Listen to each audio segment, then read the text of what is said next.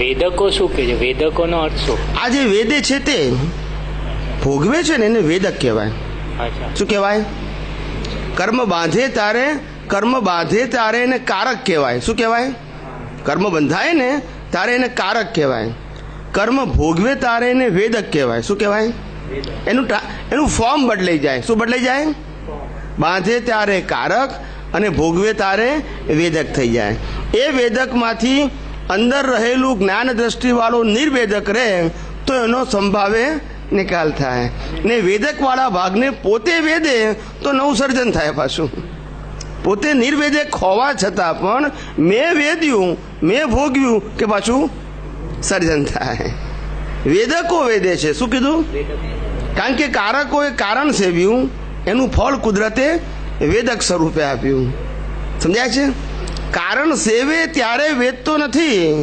શું કીધું? કારણ સેવે ત્યારે મારે સોનાના ઘરેણા જોઈએ આવો ભાવ કરે ને ત્યારે ઘરેણા પહેરવાનો આનંદ આવતો નથી. ના સમજાયું? પણ જ્યારે ભાવ કર્યા પછી પુણ્ય પ્રમાણે ભેગા થાય અને પહેરે ત્યારે શું થાય? એને પહેર્યાનો આનંદ આવે. એટલે પેલું કારક છે અને આ વેદક છે. પણ કારક ના હોય તો વેદક હોય નહીં. એ કારક અને વેદકની વચ્ચે જે ભોગવનારો છે, શું છે? એ ભોગવનારો જે ભોગવે છે તે વખતે આ મનવચન કાયા જે ભોગવી રહ્યા છે એનો ભોગવનારો તે નથી એવું જો ભાન રહે, શું રહે? તો નવું કારણ ઊભું થાય. આનું નામ જ સંભાવે નિકાલ. સમજાય છે? કારક અને વેદક સમજાઈ ગયું? સ્વામીજી, એક વસ્તુ પૂછી લઉં જરા. બોલો. જય સચ્ચિદાનંદ. જય સચ્ચિદાનંદ. જે આ વેદવાની વાત છે તો દરેકની વાત છે. કોઈને માથું દુખે, કોઈને પેટ દુખે, કોઈને એટેક આવે, કોઈને પગ દુખે, તો અલગ અલગ પ્રકારના દુખાવા જે થાય છે એ કયા રીઝનથી થાય છે? એમ કેમ એ જેવા ભાવ કર્યા હોય એવું આવે. બરોબર. એમાં કંઈક થોડાક દાખલા આપો ને. કંઈક હોય તો. નોકર ચા લઈને આવ્યો હોય ને બચાન પડી જાય તો કે તારા હાથ ભાગલા છે તે બીજા અવતારમાં એના હાથ દુખે પછી. બરાબર. ક્યાં ફ્રેક્ચર થઈ જાય. ફ્રેક્ચર થઈ જાય. પણ બોલ્યો તો શું થાય હવે? બરાબર. આપણે જેવું કર્યું હોય ને, કોઈને આપણે સાસુ તરીકે વહુને ત્રાસ આ પાપ કર્યો હોય તો બીજા અવતારમાં માથું જ દુખે ઉઠે ત્યારથી. બરાબર. વહુને જુએ ત્યારથી માથું દુખે, કશું ના બોલે તોય. કારણ કે હિસાબ છે ને આપણો. બરાબર છે. વહુ પછાડી બોલતી નથી પણ જે ગયા અવતારમાં ભાવ કર્યો હોય તે અવતારમાં પૂરો થાય. જોતા નહીં હાથે નથી કહેતા આ ગામમાં આ ભાઈને જોઉં છું ને આમ ક્રોધ ઉત્પન્ન થઈ જાય એટલે પણ એમાં એનો શું ગુનો? પણ આ આજનો નથી, ગયા અવતારનો છે.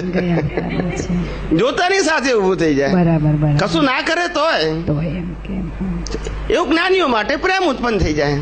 બરાબર. આ હિસાબ છે. પણ શું છે? હિસાબ છે. આજનો પુરુષાર્થ નથી. એ હિસાબને કારણે તમારી દ્રષ્ટિ જેવી પડે છે. શું છે? એવી દ્રષ્ટિ પડે.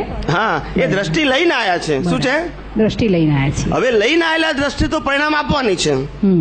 એ બદલવાનું નથી અને બદલી શકીએ એમ નથી. પણ પુરુષાર્થ વાળી દ્રષ્ટિ જે છે ત્યાં જ્ઞાનનો ઉપયોગ કરવાનો છે. એટલે એવો ઉપયોગ કરવાનો કે જેના આધારે સંભાવે નિકાલ થાય. બાકી કોઈ ફેરફાર ના થાય. બરોબર. એટલે જેવા હિસાબ બધ્યા છે કારણોમાં એવું જ કાર્ય આવે છે.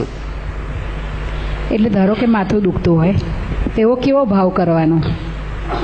આપણે ભાવ કરવાનો નથી. કેવો વિચાર કરવાનો? એમ આપણો પુરુષાર્થ શું હોય? આપણે હવે માથું દુખે છે એ પરિણામ સ્વરૂપે છે. એનો ભાવ આપણો એક જ હોય, કોમન જ હોય. બધી પ્રકારની વેદનાઓમાં આપણો ભાવ પુરુષાર્થ એક જ હોય કે આ માથું દુખે છે, ફાઇલ નંબર 1 નું દુખે છે, એ ઉદય કર્મને આધીન દુખે છે. એનાથી સર્વથા મુક્ત નિર્વેદક સ્વભાવ વાળો એવો હું શુદ્ધાત્મા છું.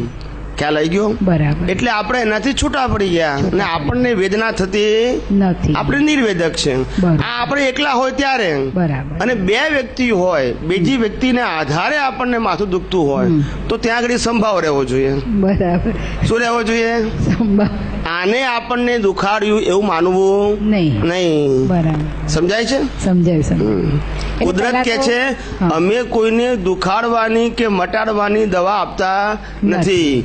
હિસાબ ભેગો થાય ત્યારે દુખવાનો સંજોગ આવે અને હિસાબ ભેગો થાય ત્યારે મટવાનો સંજોગ આવે. સમજાય છે? સમજાય. એટલે આપણે ભોગવવાનો સંજોગ આવે ને રોગ કહીએ છીએ હા, અને મટાડવાનો સંજોગ આવે ને દવા કહીએ છીએ. શું કહીએ છીએ? બરાબર, દવા કહીએ. પણ આ રોગ અને દવા બંને કુદરતને આધીન છે, આપણે આધીન નથી. સમજાય છે? એટલે આ હિસાબે જ્યારે તકલીફ આવે ત્યારે મને લાગે છે કે મારી સમજણ પ્રમાણે પહેલા એને જ્ઞાતા દ્રષ્ટા તરીકે એમને જોઈ ખુરશી લેવાની થઈ ને, એમ કે ખુરશી આપે. એને આપે ખુરશી આપે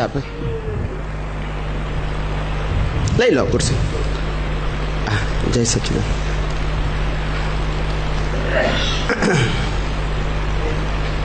બસ બોલો. કોઈ પણ વેદના આવે હમ. તો એને પહેલા આપણે જ્ઞાતા દ્રષ્ટા તરીકે જોઈ લેવાની થઈ ને કે આ હું શુદ્ધાત્મા છું અને આ જે દુખે છે એ બીજાને દુખે છે, એમ કે ફાઇલ નંબર 1 ને દુખે છે. આપણે પહેલા આપણી સૂટ ઉપર બેસી જવાનું બરોબર. અને પછી આ મન વચન કાયાની અવસ્થા છે હા. એ કોણે આધીન છે બરોબર. એ સમજી લેવાનું. બરાબર. આપણી કે સામેવાળાની. સામેવાળાની સિદ્ધાંતથી સમજવાનું એટલે સંભાવ રહેશે. કોઈ કરતા દેખાશે નહીં. નહીં. શું નહીં દેખાય? નહીં, હા, કરતા ના દેખાય. કરતા ના દેખાય એટલે દોષિત ના દેખાય. એ જ સંભાવે નિકાલ. બરોબર.